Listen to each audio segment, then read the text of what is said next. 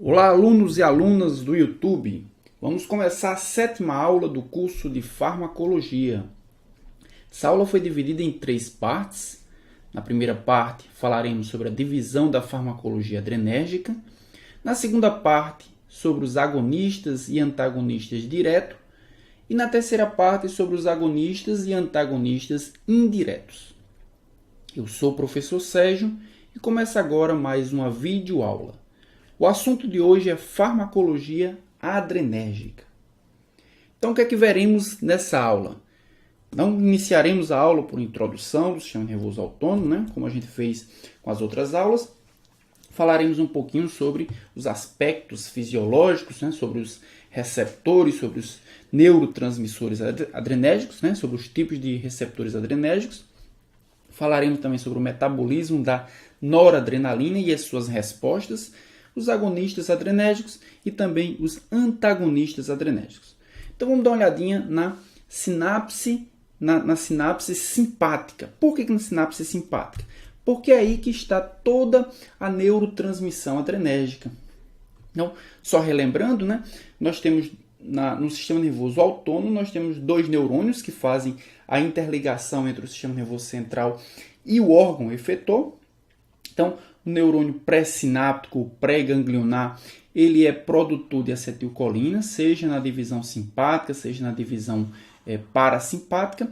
Mas o neurônio pós-ganglionar, o pós-sináptico, esse é diferente da divisão simpática e da divisão parasimpática. Na divisão simpática, ele é produtor de noradrenalina. Por isso que, que os fármacos que agem no sistema nervoso simpático, eles são chamados de fármacos adrenérgicos, né? Farmacologia adrenérgica trata dos fármacos que vão que vão interferir na neurotransmissão simpática. Então é isso que nós vamos ver na aula de hoje, os fármacos que vão atuar aqui principalmente no metabolismo ou na ligação da noradrenalina com os seus receptores. Então, falando um pouquinho da história, né, como se iniciou os primeiros estudos dos fármacos adrenérgicos, né? Tudo começou em 1886 com Olivet e Schaffer, que utilizaram extratos de glândulas de suprarrenal e observaram que esses extratos eles promoviam um aumento da pressão arterial.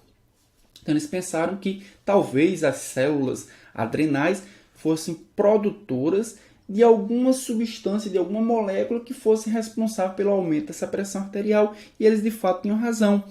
Mas só foi em 1899 que Abel identificou e isolou a adrenalina, que é a molécula produzida pelas células suprarrenais e responsável pelo aumento da pressão arterial. Em 1913, Barger e Dale, o mesmo Dale que nós vimos na aula passada, que fez os primeiros estudos com acetilcolina, ele utilizou a adrenalina que foi identificada, que foi isolada em 1899 por Abel, e observou que a adrenalina ela produzia 2 efeitos. Uma vasoconstricção, que desaparecia quando era utilizado derivados do ergot, e uma vasodilatação, uma inversão motora. Então, imaginou-se que talvez a noradrenalina, ou melhor, a adrenalina nesse caso aí, ela fosse responsável pelos esses 2 efeitos, porque provavelmente existiam 2 locais de ação que ela agia. E se existem 2 locais de ação, poderia ser, né, isso era apenas uma hipótese na época, poderia ser que ela atuasse em 2 receptores diferentes. Bem, em 1948, né, o Lange e o Ehrlich, né, eles propuseram isso, né, que as drogas elas agiam em locais diferentes, elas agiam em receptores específicos, em receptores diferentes, e provavelmente isso era responsável pelos seus efeitos, né, vasodilatador e vasoconstrictor, né? E ele observou também que a ordem de importância das potências das catecolaminas recaía sempre sobre esses 2 padrões. E aí ele dividiu as catecolaminas em dois grandes grupos, né? O grupo alfa e o grupo beta, e depois se descobriu que, na verdade, esses fármacos eles agiam em 2 tipos de receptores, em receptores alfa e em receptores beta, e a potência ou a seletividade de determinada catecolamina pelos receptores foi quem que é o que foi utilizado para classificar esses receptores. Então, nós temos aqui os receptores ditos receptores alfa, onde a mais potente catecolamina que se liga a ele é a adrenalina, seguida pela noradrenalina e, em seguida, a isoprenalina. Já os receptores beta se ligam prioritariamente, né, a isoprenalina, seguido de adrenalina e seguido de noradrenalina. Então, essas moléculas são chamadas de catecolaminas. São chamadas de catecolaminas porque apresentam uma estrutura básica do catecol. Então, nós temos aqui a molécula de catecol, esse anel benzênico ligado a essa estrutura carbonada com o grupamento amina na extremidade. Esse é o catecol. Então, as catecolaminas são derivadas do catecol. Então, nós temos aqui a noradrenalina, que é uma catecolamina, a adrenalina, que também é outra catecolamina, a dopamina e a isoprenalina. Então, são as 4 principais catecolaminas. E as catecolaminas, todas elas, são derivadas de um aminoácido, da L-tirosina. Então, a tirosina é o precursor metabólico da noradrenalina, né? A tirosina como precursor para a síntese da noradrenalina é a tirosina hidroxilase. Então, a tirosina hidroxilase, ela converte a tirosina em dopa, é uma enzima altamente específica, e essa etapa, a etapa de hidroxilação, é o principal ponto de síntese da noradrenalina, né? É o principal ponto de síntese da noradrenalina.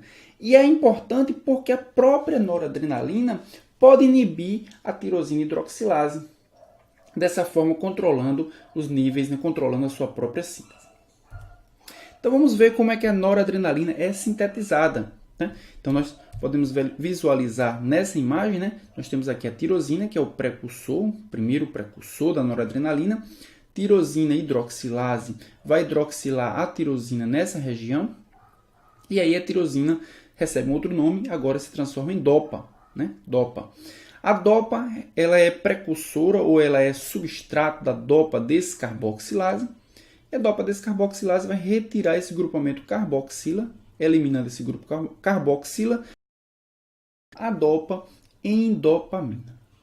E aí, seguindo o processo de síntese da noradrenalina, a dopamina beta-hidroxilase vai hidroxilar a dopamina nessa região onde antes existia o grupamento carboxila, transformando a dopamina em noradrenalina.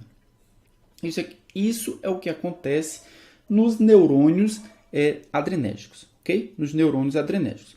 Na medula adrenal existe uma etapa seguinte, onde há uma metiltransferência, através de uma metiltransferase, né? Nessa região amina aqui, é acrescentado um grupamento metil, dando origem ou transformando a noradrenalina em adrenalina.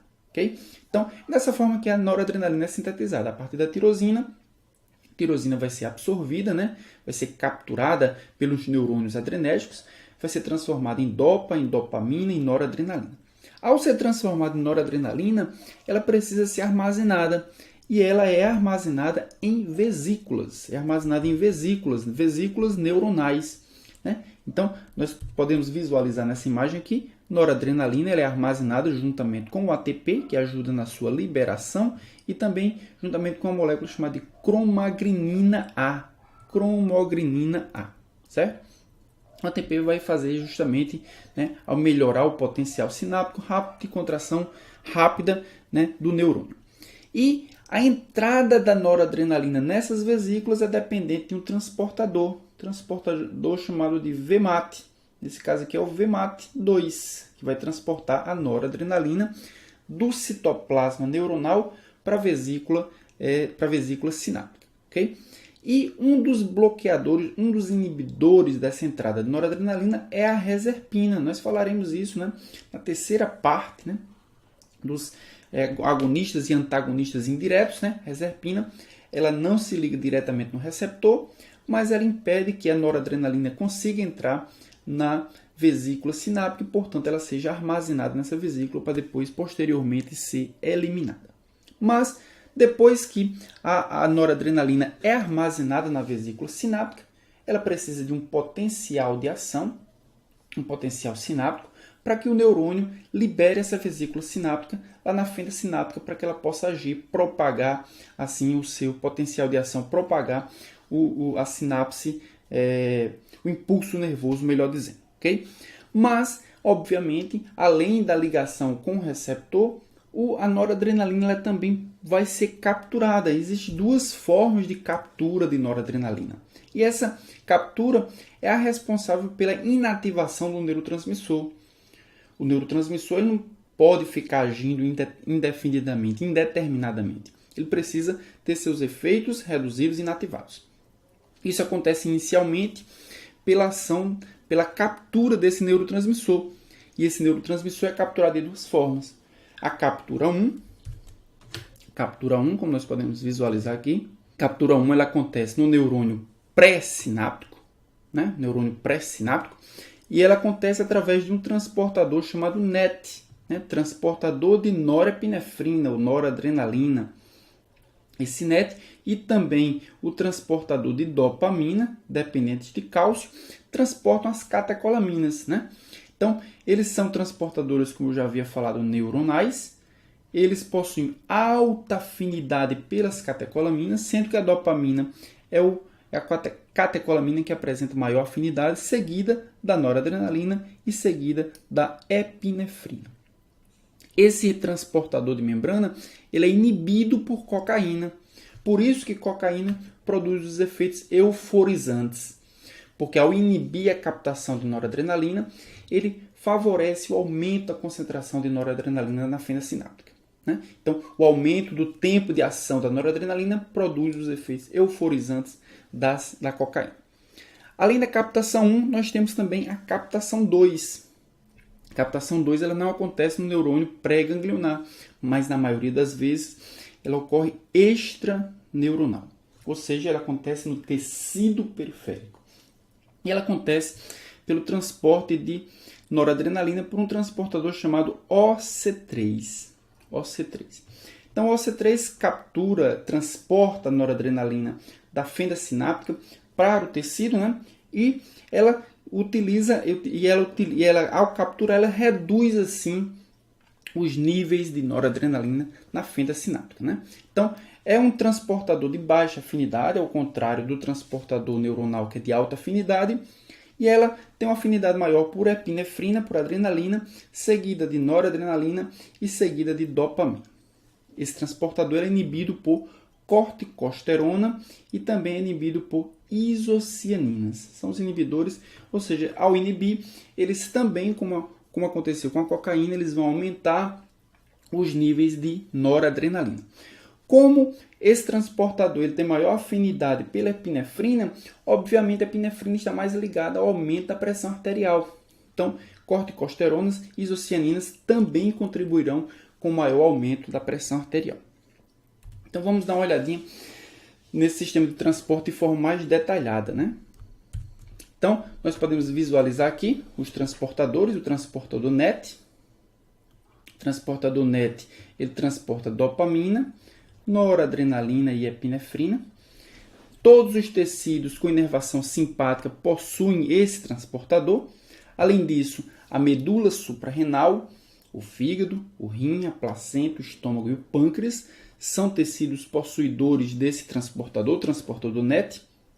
O tipo celular que possui esse transportador são nervos simpáticos, células cromafins, o endotélio, as células parietais e o ducto pancreático são células que possuem o transportador e que transportam noradrenalina, diminuindo assim a sua função, né? Os inibidores desse transportador são despiramina, cocaína e nisoxetina. Além disso, nós temos o transportador OCT3, né? Que também é chamado de ENT. Ele tem maior afinidade por epinefrina, como nós vimos, seguido de noradrenalina e seguido de dopamina, encontrado principalmente no fígado, no cérebro, no coração, nos vasos e no rim.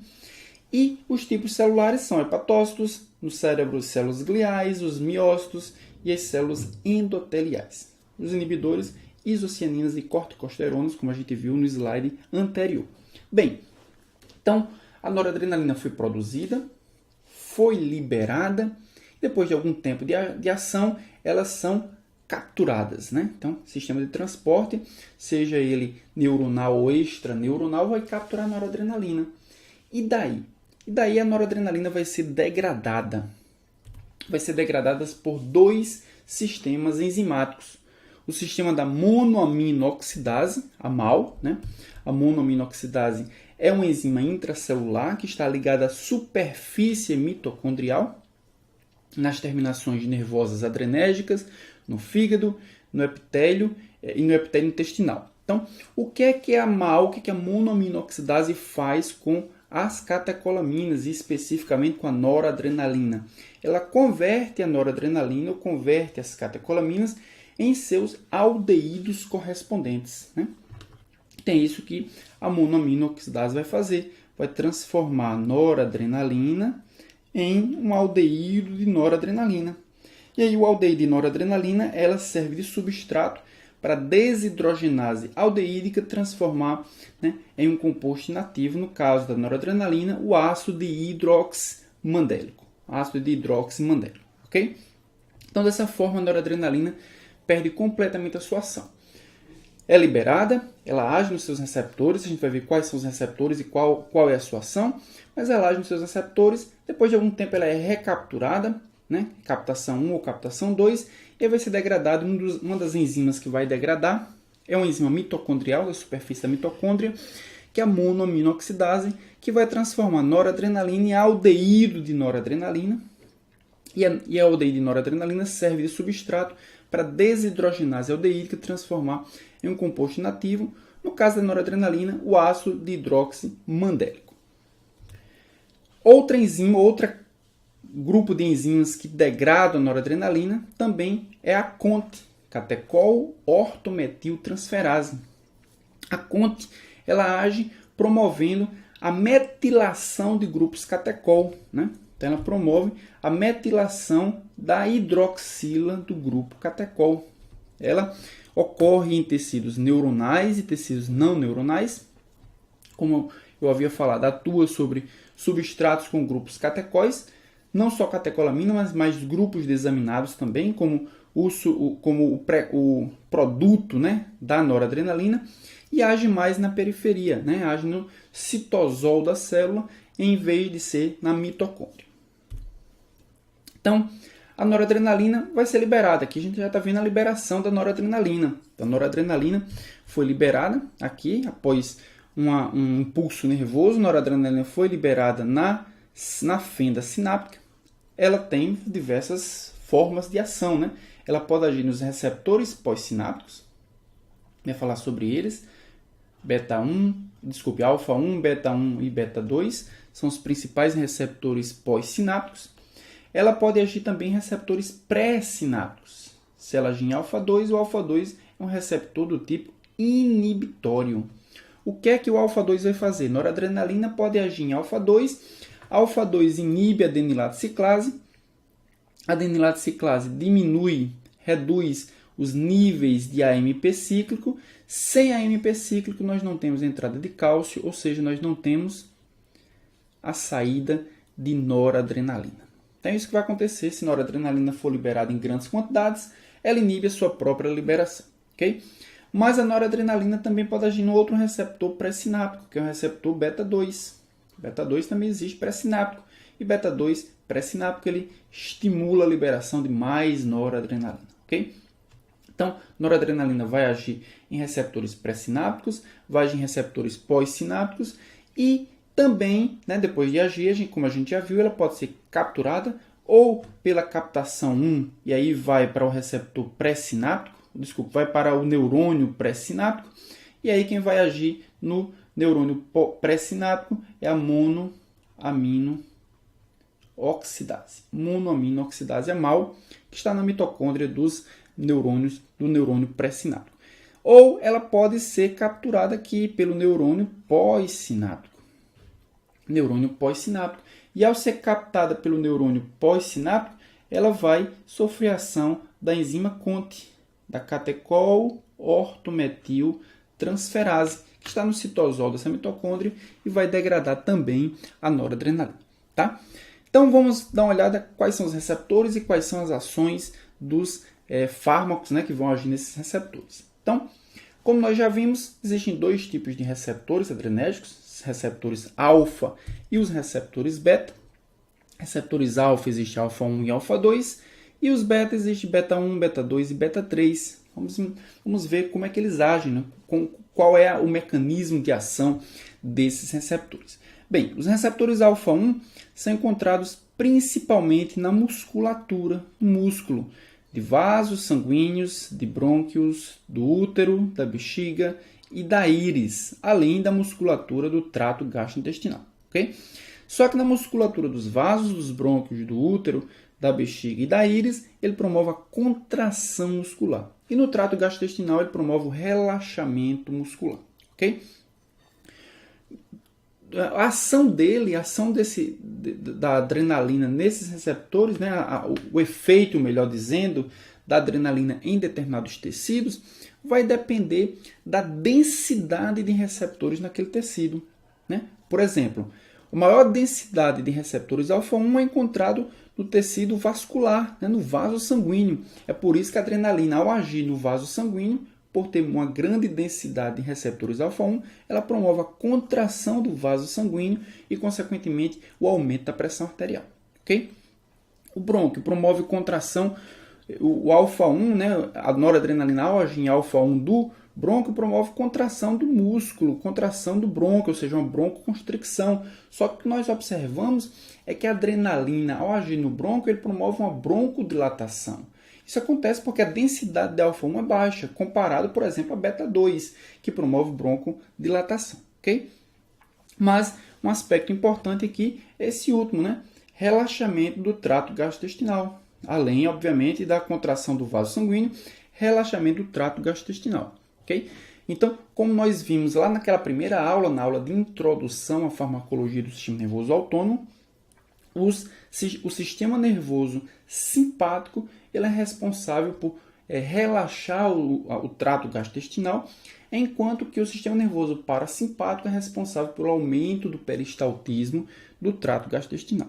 Então, se houver necessidade de diminuir as contrações do trato gastrointestinal, é o que acontece, por exemplo, quando alguém está com cólica, tem grandes contrações do trato gastrointestinal, às vezes um fármaco alfa-1 que consiga relaxar essa musculatura, consiga resolver o problema das cólicas. Okay?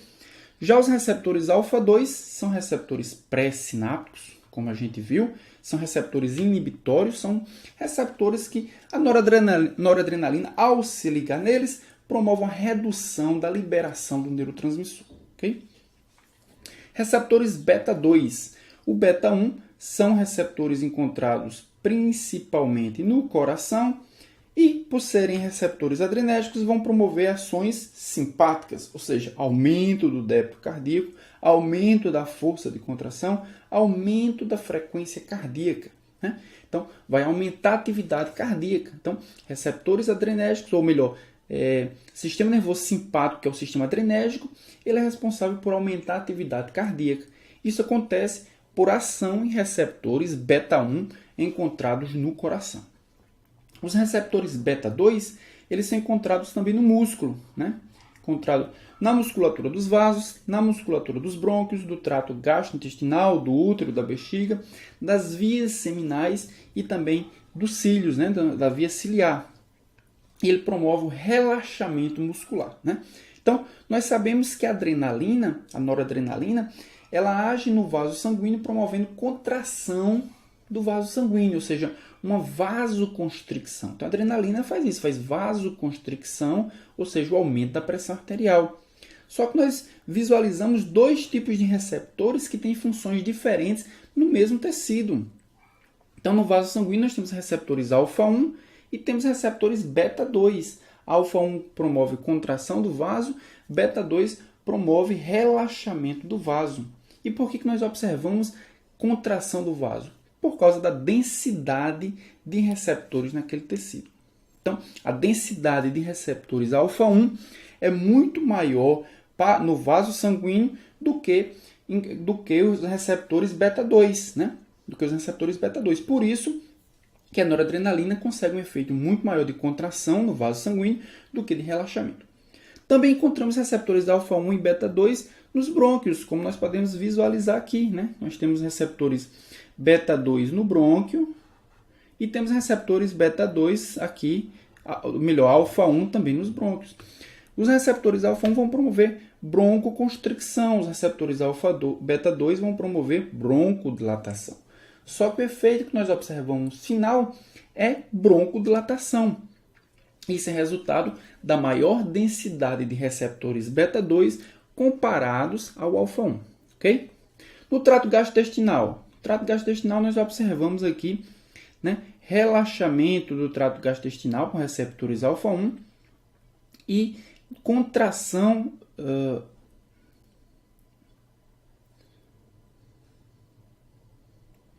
na bexiga. Na bexiga nós observamos também que existem receptores do tipo alfa-1 e também receptores do tipo beta-2, né? Os receptores alfa-1 promovem contração da bexiga e os receptores beta-2 promovem relaxamento da bexiga. Só que o que nós observamos é que o sistema nervoso simpático ele promove relaxamento da bexiga. Então, isso significa que existe uma maior densidade de receptores beta-2 na bexiga comparados ao alfa-1. Né? Quem contrai a bexiga, na verdade, é o parasimpático. O simpático ele relaxa a bexiga, então, maior densidade de receptores do tipo beta-2. Então, a densidade, muitas vezes, é quem explica o efeito, né, do sistema nervoso simpático, parasimpático, naquele tecido especificamente. Né? No caso aí desses tecidos que eu citei, existem receptores alfa-1 e beta-2 que promovem ações divergentes, ações contrárias, mas a maior densidade do receptor naquele tecido é que é responsável pelo efeito final. Okay? E os receptores beta-3 são encontrados nos adipócitos e são responsáveis por aumentar, né, a atividade de enzimas que vão quebrar lipídios, que vão quebrar triglicerídeos, né, as lipases, né, vão promover lipólise. E isso é importante porque nós vimos naquela primeira aula, né, de introdução à farmacologia do sistema nervoso autônomo, que o sistema simpático é responsável, né, ele é ativado, melhor dizendo, na fuga e na luta. Ou seja, na fuga e na luta nós precisamos de aporte energético para promover as contrações musculares. E esse aporte energético muitas vezes vem dos lipídios também. Então é necessário que haja quebra de lipídio. E essa quebra de lipídio acontece quando a noradrenalina age em adipócitos que possuem receptores beta-3. Ok? Então vamos falar um pouquinho agora sobre a relação entre a estrutura química e a atividade das catecolaminas, né? Todas as catecolaminas foram derivadas, são sintéticas ou semissintéticas, mas todas elas foram derivadas da noradrenalina ou da adrenalina. Ok? Noradrenalina ou da adrenalina. A gente sabe que a partir da noradrenalina é sintetizada a adrenalina. E a partir da adrenalina foram sintetizados alguns compostos e a partir da noradrenalina outros compostos, né? Como nós veremos agora. Ok? A noradrenalina e a adrenalina eles são ditos agonistas não seletivos. Por que agonistas não seletivos? Porque eles agem em qualquer receptor. Receptor alfa, receptor beta, alfa-1, alfa-2, beta-1 e beta-2. Então, ele não é seletivo, ele não consegue ter uma função específica daquele receptor. Okay?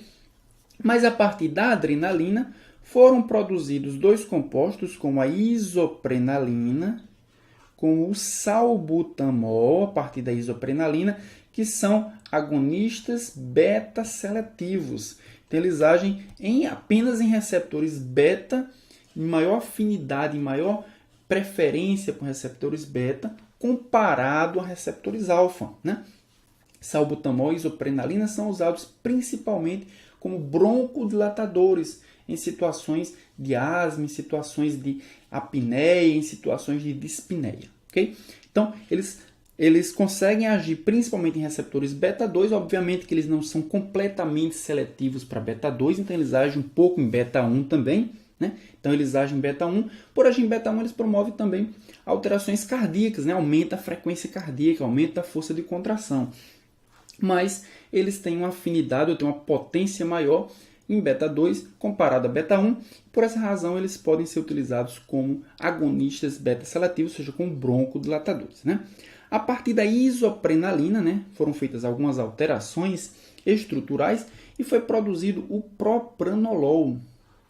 O propranolol também age em receptores beta, também consegue se ligar em beta, também é seletivo para beta.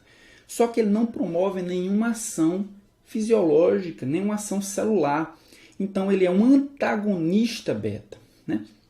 E ao contrário do que acontece com a isoprenalina, por exemplo, que tem uma afinidade maior por beta 2, o propranolol tem maior afinidade por beta 1. Então ele se liga em beta 1 e consegue impedir que a noradrenalina haja sobre esse receptor.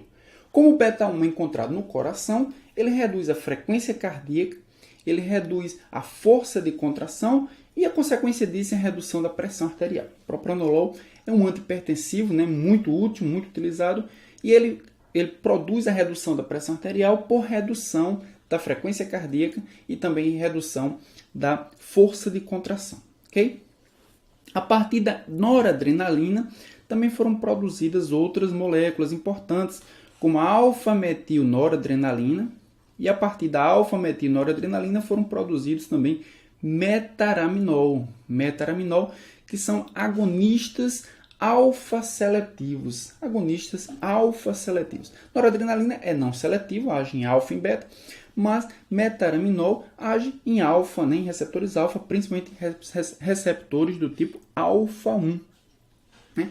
Então, vai se ligar nesses receptores, vai promover uma contração do vaso sanguíneo, principalmente em pessoas que têm, por exemplo, hipotensão. Então, na hipotensão, o metaraminol pode ser utilizado para aumentar essa pressão e retornar, portanto, aos níveis normais, os níveis pressóricos normais. Okay? A noradrenalina também consegue ser convertida em dopamina, e a partir da dopamina foram produzidas as chamadas aminas simpatomiméticas de ação indireta, que a gente vai ver isso na terceira parte dessa aula, né? Da aula de farmacologia adrenérgica. Então, nós temos a tiramina, a efedrina e também a anfetamina, que são aminas simpatomiméticas de ação direta, ou seja, elas não agem em nenhum receptor, mas elas aumentam os níveis de noradrenalina na fenda sináptica, né? Ou por inibição da captação, ou por aumento da liberação da noradrenalina pelas vesículas sinápticas, mas elas aumentam os níveis de noradrenalina. Por isso que elas são chamadas de aminas simpatomiméticas de ação indireta. Okay? Então, dessa forma, a gente consegue ver que existe uma tendência, ou pelo menos uma procura, em transformar aquilo que não é seletivo em seletivo, para que nós não tenhamos tantos efeitos adversos, né, da sua falta de seletividade. Okay? Então, vamos dar uma olhadinha nessa tabela. Essa tabela aqui ela mostra, né, mais ou menos a questão da seletividade. Então, nós temos aqui que a noradrenalina ela é mais seletiva, né, tem maior afinidade por receptores alfa, e a isoprenalina tem maior afinidade por receptores beta. Então, por isso que nós podemos, a partir da noradrenalina, tentar produzir moléculas que tenham seletividade por alfa e a partir da isoprenalina maior seletividade por beta. É isso? Então nós temos aqui uma tabela mostrando, né, nas 4 colunas os 4 receptores, os agonistas e os antagonistas seletivos. Né? Os agonistas seletivos de alfa 1 nós temos a fenilefrina e a metoxamina. São moléculas que se ligam em receptores alfa e produzem um efeito semelhante à noradrenalina. Mas elas se ligam apenas em alfa 1, ou seja, são seletivas para alfa 1. Fenilefrina e metoxamina são broncoconstrictores. Bem, broncoconstrictores são utilizados para diversas finalidades, mas a mais útil de todas é como descongestionante nasal. Né? Então, uma das razões para a congestão nasal é o aumento do espaço entre as células endoteliais. Então, plasma sanguíneo que circula dentro, né, do vaso sanguíneo, ela acaba extravasando para o tecido, promovendo aquela congestão nasal. Então, a fenilefrina é um vaso que contrai, né, um fármaco que contrai o vaso sanguíneo. Consequentemente, ele reduz o espaço entre as células endoteliais, reduzindo assim a saída de plasma de dentro do vaso para o espaço intersticial, né? Muito útil para essa razão. Existem também os antagonistas alfa-1 seletivos, prazosina e doxazosina. São fármacos que se ligam em alfa-1 e impedem que a noradrenalina possa agir nesses receptores, né? Então, quando a noradrenalina age em alfa-1, ela promove contração vascular. Se aquele receptor está ocupado, a noradrenalina não consegue mais produzir contração vascular. Consequência disso é que há uma redução da pressão arterial. Prazosina e doxazosina são muito úteis como antihipertensivos, impedindo que noradrenalina promova aumento da pressão arterial por contração vascular, né? Com relação aos receptores alfa-2, né? Receptores alfa-2 são receptores pré-sinápticos, são receptores que se ligam, que a noradrenalina, ao se ligar, ele inibe a liberação de mais noradrenalina. Então, os agonistas seletivos, como a clonidina, como o clenbuterol, eles se ligam em receptores alfa-2 e impedem que mais noradrenalina possa ser liberada. Ou seja, eles podem ser utilizados também como antihipertensivos, uma vez que eles diminuem a liberação de mais noradrenalina, que vai agir nos vasos sanguíneos, promovendo a contração vascular, né? Os antagonistas seletivos de alfa-2, eles são menos úteis clinicamente, mas nós temos a ioimbina e o idazoxano, né? Idazoxano, que são moléculas que se ligam em alfa-2 e impedem que a noradrenalina possa agir ali, consequentemente, a liberação maior de noradrenalina, né? Nos casos de pessoas que precisam de um aumento do aporte maior de noradrenalina, por algum motivo, né? Ele aumenta, portanto, esse neurotransmissor na fenda sináptica, né? De certa forma, ele promove algum tipo de euforia. Em relação a receptores beta-1, beta-1 é encontrado no coração, né? Então, os agonistas seletivos beta-1, dobutamina, chamoterol, são fármacos que se ligam em beta-1 e promovem a ação de aumento da frequência cardíaca e aumento também da força de contração, né? Podem ser utilizados aí como antiarrítmicos, né? Com moléculas que vão regular, portanto, o ritmo cardíaco, né? E os antagonistas seletivos beta-1, nós temos aqui o atenolol e o metoprolol, são utilizados como antihipertensivos, né? Como a gente viu, o propranolol também entra nessa categoria. Eles se ligam em receptores beta-1 e eles impedem a ação da noradrenalina, ou seja, eles impedem um aumento da frequência cardíaca e também um aumento da força de contração, consequentemente eles reduzem a pressão arterial, né? Com relação aos receptores beta-2, nós temos os agonistas, salbutamol, terbutalina, salmoterol e formoterol, que são fármacos que ligam em beta-2, promovendo ações semelhantes à noradrenalina. Consequência disso é que ele promove uma broncodilatação, beta-2 encontrado no brônquio, né? Broncodilatação, que é um efeito simpático, né? Então, como ele promove uma broncodilatação, são utilizados para pessoas asmáticas, dispneicas, né? E que precisam que o fármaco promova essa broncodilatação. Já os antagonistas seletivos, né? Eles não têm utilidade clínica nenhuma, eles promovem broncoconstricção, isso não é útil em nenhum motivo, né? E nós temos um exemplo aqui, butoxamina. Butoxamina é um fármaco que promove um antagonismo beta-2 seletivo, né? E aí os fármacos que agem na transmissão adrenérgica, eles são utilizados com várias finalidades, mas 3 são principais. São utilizados em doenças cardiovasculares, como a gente viu, né? Os fármacos que agem em beta-1, eles são fármacos úteis no sistema cardiovascular, ou para reduzir a frequência e a força de contração, ou para aumentar a força de contração e a frequência cardíaca, quando você quer reduzir a pressão arterial, são úteis, né, nas doenças cardiovasculares. Também são úteis nas doenças respiratórias, né, os fármacos que agem principalmente em beta-2, né, eles promovem uma broncodilatação, né, também são úteis em doenças respiratórias, e também os fármacos podem ser úteis em doenças psiquiátricas, né? Noradrenalina, dopamina, dopa, são neurotransmissores que não são úteis apenas no sistema nervoso periférico, mas no sistema nervoso central também, né? Então, muitos neurônios produzem esses neurotransmissores e eles são importantes, né, na diferenciação ou no metabolismo de diversas áreas cerebrais. Então, são úteis também em doenças psiquiátricas, né? Uma delas, eu posso citar aqui, a depressão, né? É importante, alguns fármacos conseguem inibir enzimas que degradam catecolaminas e, consequentemente, impedem a degradação dessas catecolaminas, fazendo com que elas aumentem sua concentração em determinado setor cerebral. Os principais fármacos, ou melhor, os principais alvos farmacológicos, né, para os fármacos que agem na transmissão adrenérgica são os receptores adrenérgicos, foi o que a gente viu até agora, né? É o que a gente vai nos deter principalmente no decorrer dessa aula, que são os fármacos que agem em alfa-1, que agem em beta-1, que agem em beta-2 principalmente, mas também eles podem agir nos transportadores de monoamina, né? Nos transportadores pré-sinápticos, no transportador pós-sináptico, e também podem agir nas enzimas que metabolizam as catecolaminas, a MAO e a CONT, né? Fazendo com que essas catecolaminas aumentem as suas concentrações ou diminuam as suas concentrações se for um estímulo dessas enzimas. Ok, pessoal? Então chegamos ao fim da primeira parte da aula de farmacologia adrenérgica, né? A gente falou sobre a classificação dos fármacos, onde é que eles agem, fizemos uma pequena introdução sobre os receptores, sobre o metabolismo da noradrenalina. Na próxima parte nós veremos os agonistas e os antagonistas diretos